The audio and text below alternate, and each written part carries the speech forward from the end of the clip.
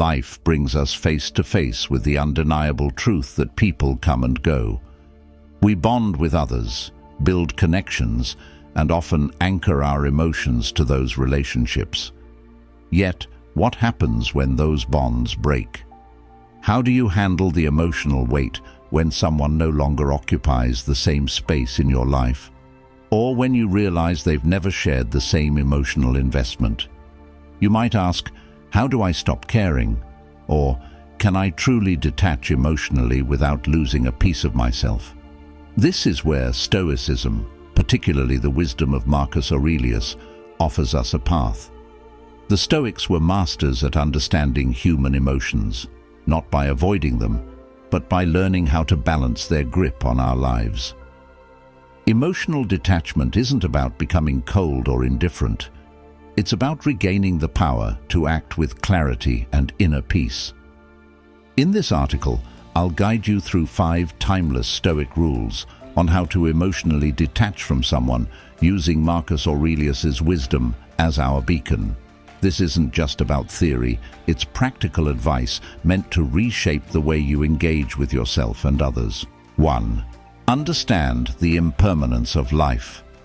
Marcus Aurelius reminds us, everything we hear is an opinion, not a fact. Everything we see is a perspective, not the truth. When it comes to emotional attachments, we often cling to our personal perspective of someone, a narrative we create about their importance in our life. But the reality is, all relationships are transient. One moment you're close, the next they're gone, whether through distance, death, or the slow fade of intimacy. People leave. It may seem bleak, but this is the Stoics' first rule of detachment. Embrace impermanence. When you realize that no connection is permanent, you become more conscious of the present. Have you ever tried holding on to a handful of sand at the beach? The tighter you squeeze, the quicker it slips away.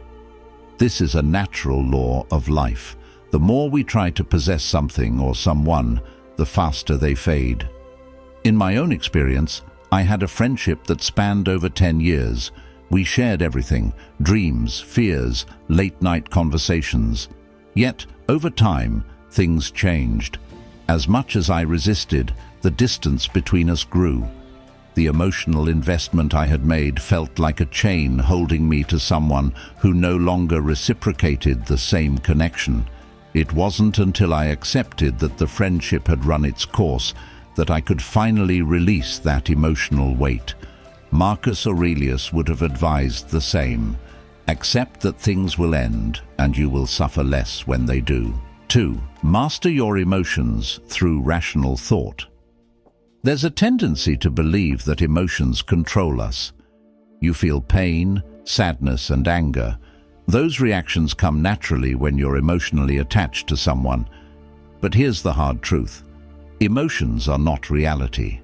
They are a product of your thoughts, beliefs, and interpretations of events. Marcus Aurelius and the Stoics deeply believed in this principle. We are not at the mercy of our emotions. Our emotions are at the mercy of our thoughts.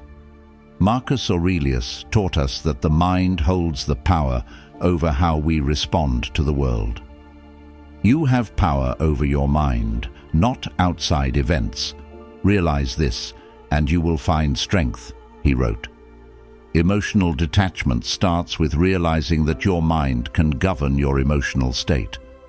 Your thoughts about someone can ignite a storm of feelings, or they can pacify that same storm. Let's say you're going through a breakup. You're emotionally shattered, replaying conversations in your mind, overanalyzing every detail, asking, "Why did this happen?" or "How could they move on so easily?" The Stoic response is to shift that focus. Instead of giving your emotions control, ask, "What are the facts here?" or "How can I think about this differently?" You must choose thoughts that free you from emotional suffering, not thoughts that fuel it. Think about it for a moment. When something happens, when you argue with a loved one, feel ignored, or are disappointed, what's the first thing you do? You interpret the situation and give it meaning. But it's not the event itself that causes emotional turmoil, it's the way you perceive it. Marcus Aurelius wrote, "The soul becomes dyed with the color of its thoughts," meaning your emotions are a direct result of your internal dialogue. Imagine you send a heartfelt text message to someone you care about, perhaps a friend, romantic partner, or family member. Hours go by and there's no response. Immediately your mind starts working overtime. Did I say something wrong? Are they mad at me? Do they not care about me? With every passing minute, the emotions build. First a slight concern, then frustration, maybe even anxiety or anger. But what's the truth of the situation? Is it the delay in their response that's causing your emotional storm, or is it your interpretation of their silence? The Stoic response is to challenge that automatic emotional reaction with rational thought. What are the facts? The fact is that they haven't responded. Everything beyond that is pure speculation. Instead of allowing your emotions to spiral out of control, pause. Recognize that your feelings of anxiety or rejection are not rooted in reality, but in your own thoughts. Marcus Aurelius's advice: question your thoughts, don't just accept them as truth. I once found myself in this very situation with a close friend. We had been discussing something important, and suddenly they stopped responding. At first I thought nothing of it, but as the hours passed, I started to feel a creeping unease. Maybe they're upset with me, I thought. Maybe I said something wrong. By the time the night ended, I had convinced myself that the friendship was on the brink of collapse. My emotions were everywhere: worry, guilt, frustration. But when I stopped to examine what was actually happening, I realized something crucial. Nothing had happened. My friend had simply gotten busy. When I reached out calmly the next day, they responded without issue, completely unaware of the emotional storm I had put myself through. In a rare moment of clarity, I remembered Marcus Aurelius's words. Focus on what's within your control, your thoughts, your actions, not the outcome or the person's feelings. By redirecting your mind, you learn to release the emotional turmoil. If you're still watching, please like and comment below with a sign that you've noticed in your own relationships. Your insights might help others recognize similar patterns and foster healthier connections. 3. Practice negative visualization. At first glance, negative visualization might seem like a strange or even counterproductive practice. Why would anyone want to deliberately imagine losing something or someone they care about? Doesn't that just add unnecessary stress? The truth is, this Stoic exercise, championed by Marcus Aurelius, is one of the most powerful tools to help you emotionally detach, not by hardening your heart, but by preparing your mind for life's inevitable losses. The idea is simple yet profound. By imagining the worst-case scenario in advance, you lessen its emotional impact when or if it actually happens. This doesn't mean you become fatalistic or pessimistic. It means you're training yourself to accept reality as it is, rather than how you wish it would be. Marcus Aurelius wrote, "Do not disturb yourself by imagining the whole of your life's troubles at once. Rather, as each arises, meet it with calmness and self-control." In essence, negative visualization builds resilience. Imagine a person you're deeply attached to, a partner, a friend, a family member. Now, visualize your life without them. Picture them no longer in your day-to-day life. How does that feel? Uncomfortable? Painful? That's exactly the point. The Stoics believed that by facing the emotional discomfort of loss in your mind, you reduce its power to devastate you in reality. I remember practicing this during a time when my best friend was considering moving overseas. We had been inseparable for years, and the thought of them being on the other side of the world filled me with dread. But rather than suppress that fear, I embraced it. Every day I'd imagine what life would be like without their presence. I pictured myself going about my routines, hanging out with other friends, and finding joy in new things. By the time they actually moved, I wasn't blindsided by grief or loneliness. The loss still stung, but I'd already mentally rehearsed it, and that made all the difference.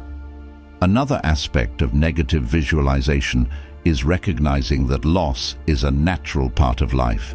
Everything you cherish will one day be gone, either through separation, change, or death. This isn't meant to be a morbid thought, but a liberating one. When you stop expecting permanence, you stop feeling entitled to it. And when you stop feeling entitled to something, the fear of losing it diminishes. Take relationships, for example. Most of us, when we enter a relationship, assume it will last forever. We don't plan for things to end. But the truth is, nothing is guaranteed. Rather than clinging to the false hope of permanence, the Stoic approach is to appreciate what you have while you have it, knowing that it will eventually change. This shift in perspective can be incredibly freeing. I once had a relationship where I was constantly anxious about it ending. The thought of losing that person consumed me. But when I started practicing negative visualization, I stopped obsessing over trying to control the outcome. I imagined life after the relationship, and although it was painful to consider, it reminded me to be grateful for the present moment. When the relationship did eventually end, I found myself more prepared than I ever thought I'd be. The real gift of negative visualization is that it strengthens your inner resilience. By repeatedly imagining worst-case scenarios, you develop an inner stability that can't be easily shaken by life's changes. You learn that, no matter what happens, you will be okay. And that's the ultimate form of emotional detachment, not from life, but from the illusion that you need things to stay the same in order to be happy. 4. Focus on what you can control.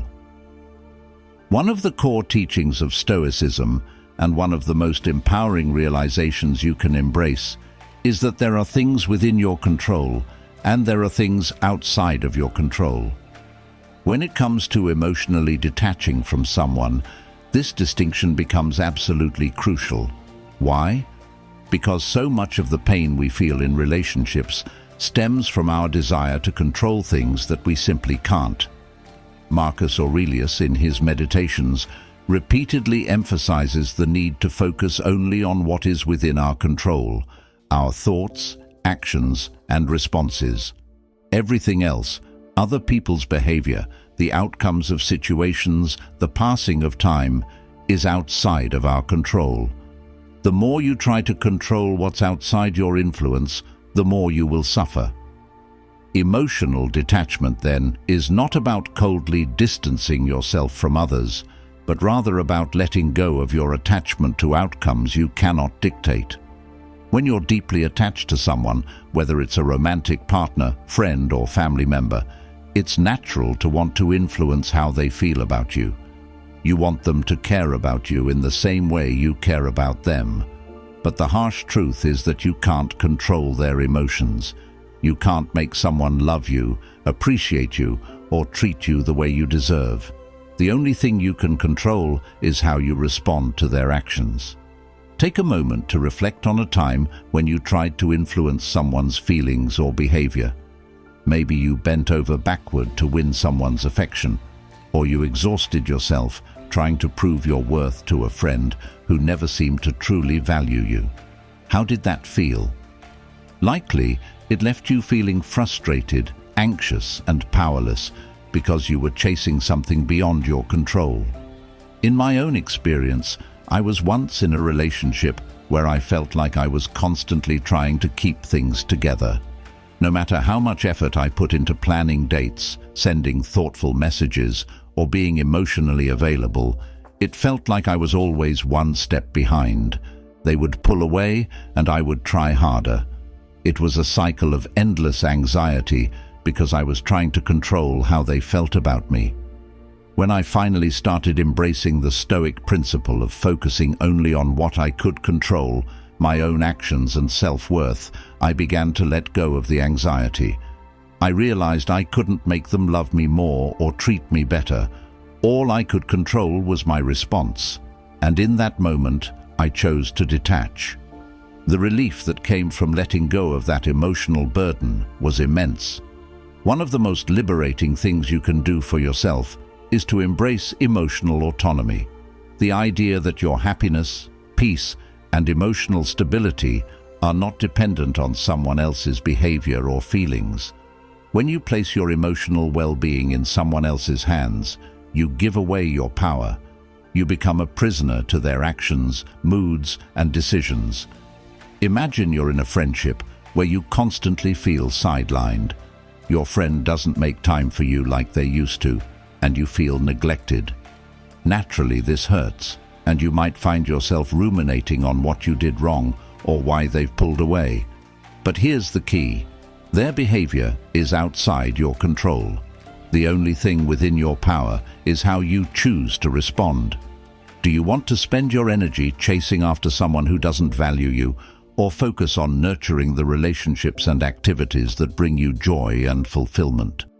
When you shift your attention to what you can control, your own emotional state, you begin to reclaim your power. You no longer wait for someone else's validation or attention to feel whole. Instead, you create your own emotional equilibrium, independent of external circumstances. In my own life, I've had friendships where I realized I was giving too much power to how the other person treated me. If they were distant or dismissive, I'd feel unworthy. If they were warm and attentive, I'd feel valued. It was an exhausting emotional roller coaster. But when I started applying Stoic principles, I made a conscious decision to stop tying my self-worth to how others acted. I began to focus on cultivating my own emotional well-being, independent of their behavior. This didn't mean I cared less. It meant I stopped letting their actions dictate my inner peace. The ultimate goal of emotional detachment isn't indifference, it's acceptance. Acceptance that life is unpredictable, that people are unpredictable, and that no matter how much we wish we could control everything, we can't. What we can do is accept things as they are, rather than as we wish they would be. 5. Reflect on the bigger picture. When you're deeply entangled in the emotions of a relationship or difficult situation, it's easy to lose perspective. Stoic philosophy, especially through the teachings of Marcus Aurelius, encourages us to take a step back and reflect on the grander scheme of things. Aurelius often emphasized that our troubles, fears, and desires are mere fleeting moments in the vastness of time. By adopting this broader viewpoint, emotional detachment becomes easier. Ask yourself important questions like, will this pain matter in 5 years? Or, does this person truly define my entire existence? Shifting your focus from immediate emotional turmoil to a higher level of reflection helps you realize that much of your distress is tied to temporary circumstances. Stoicism reminds us that no single person or event should wield such power over our emotional well-being. When you're overly attached to someone, it's easy to make them the center of your universe. Your happiness and self-worth can become entangled with their presence or absence in your life. However, stepping back and seeing the bigger picture reminds you that life is ever-changing, and relationships, however intense, are just one part of your journey. You are a complete individual with your own path and experiences. In the heat of a breakup or emotional conflict, it may be challenging to grasp this perspective. But reflecting on the larger scope of your life helps you understand that you've survived emotional storms before. Life moved on, and so did you. Think back to previous relationships or moments when you thought your world was falling apart. Those wounds healed, and you became stronger and wiser. This is the natural rhythm of life. In my own experience, I once went through a painful breakup that felt like the end of my world. For weeks, I fixated on the past, feeling like the future had lost its brightness. But with time, I allowed myself to reflect on the bigger picture and realized that this person, while important, was not the defining moment of my life. They were part of my journey, but not my entire story. By zooming out, I saw the relationship as just one chapter in a much larger narrative, and I began to emotionally detach. The Stoics, particularly Marcus Aurelius, emphasized the impermanence of all things, relationships, emotions, and situations. Everything in life is transient, and what truly matters is how we respond to these inevitable changes.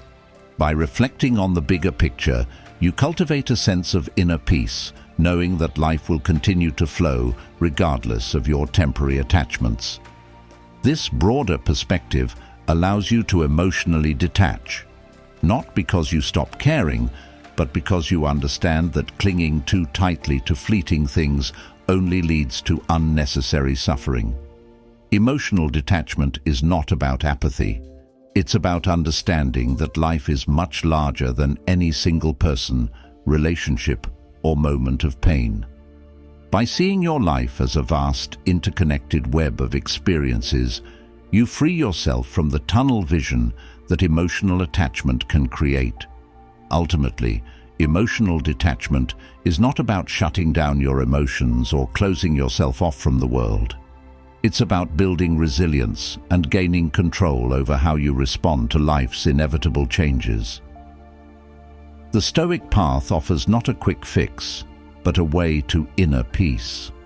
By embracing impermanence, mastering your emotions through rational thought, and reflecting on the bigger picture, you will find that emotional detachment is an act of self-liberation.